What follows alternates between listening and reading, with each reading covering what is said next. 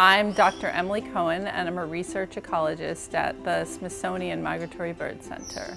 My job is all about studying bird migration, and to be able to do that, I follow birds throughout their full annual cycle, from their breeding areas to fall migration to wintering areas in the tropics, and then north again on spring migration and back to breeding.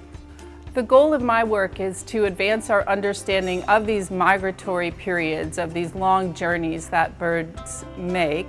Of these periods, spring and fall migration are the most perilous, but they're also the least understood. During these twice-annual journeys, species may travel over oceans and harsh landscapes.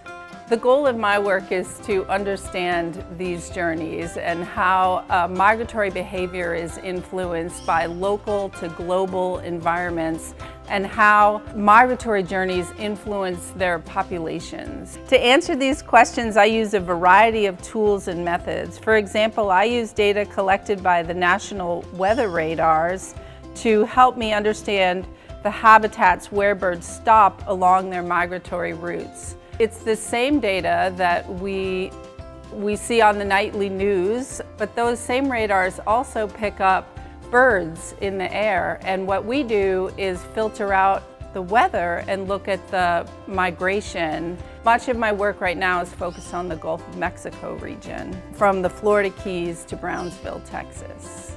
My work is informing the management and conservation of stopover habitat around critical coastal regions. Habitats along the U.S. coast of the Gulf of Mexico, for example, provide critical resources for North America's migratory birds. These coastal habitats comprise some of the most important wintering, resting, and refueling areas for North America's migratory birds.